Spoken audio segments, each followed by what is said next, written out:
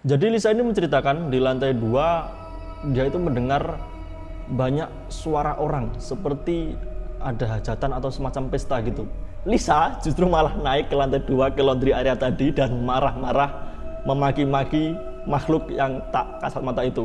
Setibanya di rumah, mereka dikejutkan dengan suara mesin cuci yang menyala dari lantai 2. Suara mesin cuci itu diikuti dengan suara perempuan yang ngomel sendiri dengan bahasa Jawa.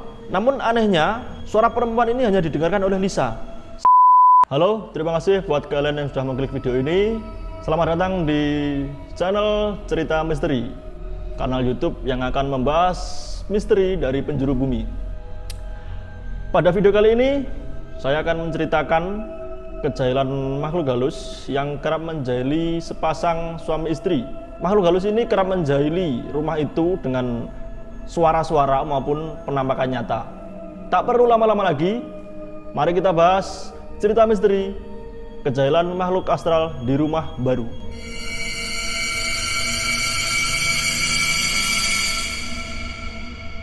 Pada cerita kali ini, kita berkenalan dengan sepasang suami istri, yakni Aryo dan juga Lisa. Setelah lama ikut orang tua, Aryo dan Lisa akhirnya memutuskan untuk membeli rumah baru. Dia membeli sepetak rumah di perumahan yang terbilang masih sepi ya. Di sana belum banyak rumah dibangun dan banyak menyisakan lahan kosong. Aryo dan Lisa pun menempati rumah tersebut. Di rumah tersebut juga ada Mbak Dewi sebagai pembantu rumah tangga. Tapi Mbak Dewi ini nggak nginep. Dia itu pulang pergi, rumahnya juga tidak jauh dari perumahan itu. Tak jauh dari perumahan itu juga tinggal saudara ipar dari Lisa ini bernama Bima. Di hari pertama kepindahan Aryo dan Lisa ke rumah baru, dia langsung mendapat surprise alias kejutan dari makhluk tak kasat mata. Malam itu, waktu menunjukkan jam 8 malam dan si Aryo ini masih bekerja alias belum pulang, menyisakan Lisa sendiri di rumah. Saat berada di lantai 1, Lisa ini mendengar suara aneh dari lantai 2. Padahal di lantai 2 itu hanya ada kamar mandi, terus ada laundry area, dan beberapa kamar kosong. Jadi Lisa ini menceritakan di lantai 2, dia itu mendengar banyak suara orang seperti ada hajatan atau semacam pesta gitu. Dia mendengar suara bapak-bapak ngobrol, suara anak kecil berlarian, dan beberapa suara perempuan juga. Jadi sangat berisik di lantai 2 itu. Tak lama berselang dia juga mendengar suara pintu yang terbuka dan juga tertutup. Tutupnya ini cukup keras ya, jadi seperti dibanting, brak gitu. Ya siapa yang nggak takut di rumah sendiri, di rumah baru malam pertama di rumah baru langsung mendapatkan kejutan semengerikan itu. Lisa pun ketakutan, dia keluar, dia bingung. Jadi dia itu kebingungan di luar sendiri. Setelah beberapa saat dia akhirnya memutuskan untuk menelpon Bima. Bim, kamu harus segera kesini, aku minta bantuan, tolong, penting. Ada apa Mbak? Jawab Bima. Cepat kesini, nanti aku ceritakan di sini. Tak lama berselang Bima itu datang. Bima datang sendiri. Setelah tiba, si Lisa ini baru menceritakan ke Bima jika di lantai 2 ada suara orang hajatan. Orang hajatan. Di rumah barunya siapa, yang hajatan siapa?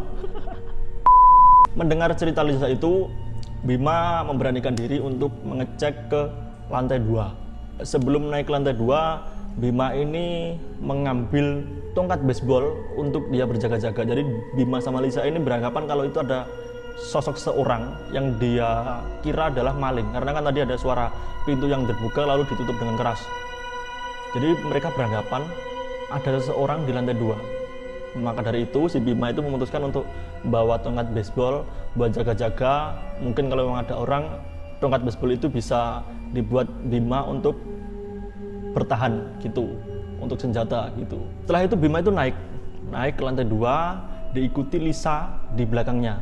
Setelah di lantai 2, Bima sama Lisa ini dibuat kaget karena yang sebelumnya dia beranggapan ada seseorang di atas, ternyata tidak ada satu orang pun, alias sepi dan hanya ada laundry area ya seperti rumah baru pada umumnya lah. Lisa dan Bima di sini bingung. Tadi ada suara, setelah dicek kok tidak ada apa-apa. Kejadian seperti ini kerap berulang beberapa kali hingga membuat Lisa risih. Karena tidak mau mendapat gangguan-gangguan lagi, Lisa ini akhirnya menghubungi ahli spiritual dan meminta kepada ahli spiritual itu untuk memberkati rumah barunya. Setelah diberkati, kejadian-kejadian janggal seperti ini tidak terulang lagi. Tapi ada gangguan lain yang lebih parah lagi. Kali ini giliran lampu bohlam di atas mesin cuci laundry area rumah tersebut. Jadi di lantai 2 itu di bagian belakang ada tempat laundry area. Di situ ada mesin cuci, ada bak dan sebagainya. Lah di atas itu ada lampu penerangan. Dan lampu itu kerap mati dengan sendirinya. Setiap 3 hari lampu itu meletus dan mati tanpa sebab yang pasti. Dan itu terulang terus menerus. Karena kesal dengan kejadian ini, Lisa ini memutuskan untuk meminta air suci kepada ahli spiritual yang ia percayai. Jadi dia minta ke ahli spiritual, dia minta air suci untuk membersihkan kawasan area laundrynya, dengan harapan tidak ada gangguan-gangguan lagi dari makhluk tak kasat mata. Dia pun naik dengan membawa air suci yang ia campur dengan garam dan memercikkannya ke laundry area tersebut. Jadi di sekitar mesin cuci itu diperciki air suci yang bercampur garam itu. Namun bukannya reda, justru malah semakin menjadi-jadi. Setelah siangnya Lisa melakukan hal tersebut, yakni memerciki dengan air suci tadi, kejadian aneh terjadi pada sore harinya setelah maghrib. Saat itu Mbak Dewi dan Lisa melihat sebuah genteng yang jatuh seperti ada yang melempar dari lantai 2. Di rumah hanya ada 2 sosok wanita melihat kejadian aneh di depan mata, genteng yang terlempar dari lantai 2. Siapa yang gak takut melihat kejadian aneh di depan mata seperti itu? Melihat kejadian ini, Mbak Dewi sangat ketakutan. Dia hanya diam dan memanjatkan doa. Dan kalian tahu apa yang terjadi setelah genteng jatuh ini? Lisa justru malah naik ke lantai 2 ke laundry area tadi dan marah-marah memaki-maki makhluk yang tak kasat mata itu. Dia bilang gini, "Jangan jadi pengecut kamu. Saya tahu kamu lebih lama di sini, tapi rumah ini sudah saya beli. Mau gak mau kamu harus pergi dari rumah ini. Saya gak mau tahu." Terbilang cukup berani ya Lisa. Setelah melihat kejadian seperti itu, dia malah naik dan memaki-maki setan dan malah memaki-maki makhluk tak kasat mata itu. Emang mentalnya cukup, ya saya akui dia cukup berani. Dan uniknya, setelah Lisa marah-marah ini tidak ada lagi gangguan dari laundry area di lantai 2 itu. Meski aneh, ini memang nyata. Jadi setelah Lisa marah-marah maki-maki ke makhluk tak kasat mata tadi, tidak ada lagi gangguan di laundry area. Gokil Lisa. Namun tak sampai di situ, kejanggalan dan kejanggalan terus terjadi di rumah itu. Mbak Dewi, yakni pembantu Lisa tadi, kerap menemukan gulungan rambut di kamar mandi lantai 2, yang mana kamar mandi tersebut terletak di seberang laundry area. Tapi Mbak Dewi nggak mau ambil pusing, dia lebih memilih untuk mengabaikan penemuan-penemuan gulungan rambutnya itu dan membuangnya ke tempat sampah. Kejadian janggal terus terjadi di rumah ini. Lisa juga kerap melihat seperti gerombolan nyamuk, tapi ini bukan nyamuk, jadi seperti gerombolan, kalau bisa dibilang orbs ya. Jadi orbs ini adalah objek atau bentuk bulatan kecil yang mungkin kalian kerap lihat itu bergerombol di atas kolam renangnya. Jadi bergerombol tapi nggak diam aja, tapi malah pergi ke sana kemari. Lisa pun menghiraukan hal tersebut. Lambat laun mereka sekeluarga mulai mengabaikan gangguan-gangguan kecil dari makhluk astral itu. Hingga suatu ketika momen janggal kembali terjadi, di mana saat itu Lisa hendak mengantarkan anaknya untuk les bimbel ke depan perumahan itu. Sebelum keluar rumah, Lisa ini mencas HP-nya, jadi HP-nya dicas di kamar.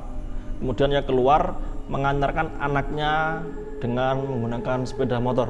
Di perjalanan, Lisa ini kaget karena anaknya ini bilang ke Lisa, "Mah, kok mama telepon aku? Sedangkan HP Lisa kan ada di kamar. Mendengar pernyataan anaknya itu, Lisa ini kaget dan berhenti sejenak di tengah perjalanannya. Setelah dicek, dan memang benar, di situ ada nama Lisa dan nomor HP-nya. Tapi Lisa ini memilih untuk nggak mengangkat telepon itu. Dia membiarkan dan mengabaikannya. Setelah itu dia melanjut ke tempat bimbel anaknya. Telepon itu terus berulang hingga 4 kali. Setelah akhirnya berhenti sendiri. Menurut kalian siapa yang menelpon ini? Apakah Mbak Dewi? Tapi Mbak Dewi ngapain telepon ke anak Lisa? Tapi kalau bukan Mbak Dewi, siapa lagi? Mana mungkin makhluk tak kasat mata bisa mengoperasikan, bahkan tahu password HP-nya Lisa mungkin. Menurut kalian siapa? Silahkan tulis pendapat kalian di kolom komentar ya. Setelah kejadian itu, kejahilan sosok tak kasat mata tadi terus berlanjut. Momen selanjutnya ini bisa dibilang momen puncaknya ya, yang lebih parah dan lebih menakutkan menurut saya.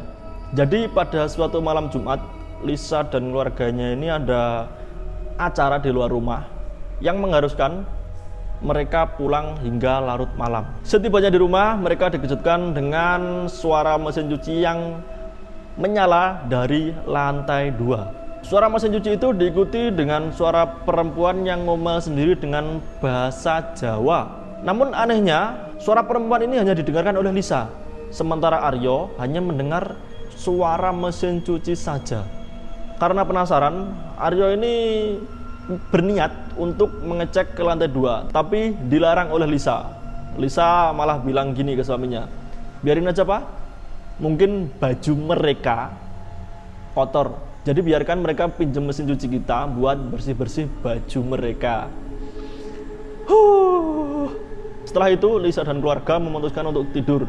Dan benar saja, mesin cuci itu berhenti dengan sendirinya. Makin kesini makin aneh ya. Kalau kalian di posisi Lia dan Aryo, apa yang kalian lakukan? Pilih bersih-bersih rumah atau menjualnya? Dan momen terakhir ini, momen yang tidak bisa difikirkan secara logika. Jadi momen ini bermula ketika Aryo ingin membuat kopi. Karena Lisa sudah tidur, Aryo memutuskan untuk membuat kopi sendiri. Kemudian dia ke dapur dan mengambil panci, kemudian merebus air. Setelah menyalakan kompor, Aryo ini kembali ke kamar untuk bermain HP. Tapi Aryo ini lupa kalau dia merebus air dan malah ketiduran. Dan kalian tahu apa yang terjadi keesokan paginya? Enggak. Rumah Lisa enggak kebakaran. Setelah pagi harinya Lisa bangun, dia ke dapur melihat kompor yang masih menyala dengan air yang mendidih. Lisa pun segera mematikan kompor itu dan memanggil Aryo untuk menanyakan siapa yang merebus air semalam. Aryo pun ngaku kalau iya, memang yang merebus air, tapi dia lupa dan ketiduran. Nah, kalian tahu nggak momen anehnya apa? Panci yang dibuat Aryo untuk merebus air tadi tidak gosong sama sekali. Padahal Aryo itu mulai menyalakan kompor tengah malam, anggaplah jam 12 sampai jam 1 lah, sekitar jam itu. Lisa itu menemukannya pagi sekitar jam 6. 5-6 jam kompor nyala, tapi tidak menggosongkan panci tersebut. Padahal beberapa hari yang lalu Lisa ini menggosongkan panci itu saat dia lupa mematikan kompor hanya dengan 10 menit. 10 menit aja bisa gosong, masa 5 jam nggak bisa gosong? Di kondisi ini, Lisa ini beranggapan bahwa dia telah ditolong dalam tanda kutip oleh makhluk astral tersebut. Mungkin kalau tidak ditolong, sekali lagi tanda kutip ya, kalau nggak ditolong mungkin sudah, ya kalian tahulah, mungkin entah kebakaran entah apa. Tapi untungnya tidak terjadi apa-apa di rumah itu. Setelah runutan kejadian-kejadian janggal ini, Lisa dan Aryo memutuskan untuk bersih-bersih rumah itu agar tidak ada kejadian serupa terulang lagi di rumah tersebut. Lisa juga mengungkapkan bahwa terdapat banyak pelajaran dari kejadian-kejadian di rumahnya. Ia beranggapan bahwa kita benar-benar tidak sendiri di dunia ini. Tetapi ingat selalu bahwa ada Tuhan, Sang Pencipta semesta. Terima kasih buat kalian yang sudah nonton video ini sampai akhir. Apabila dari kalian punya cerita misteri, bisa dikirimkan ke kami melalui alamat email yang sudah kami tuliskan di deskripsi video ini. Terima kasih dan sampai jumpa di cerita misteri selanjutnya.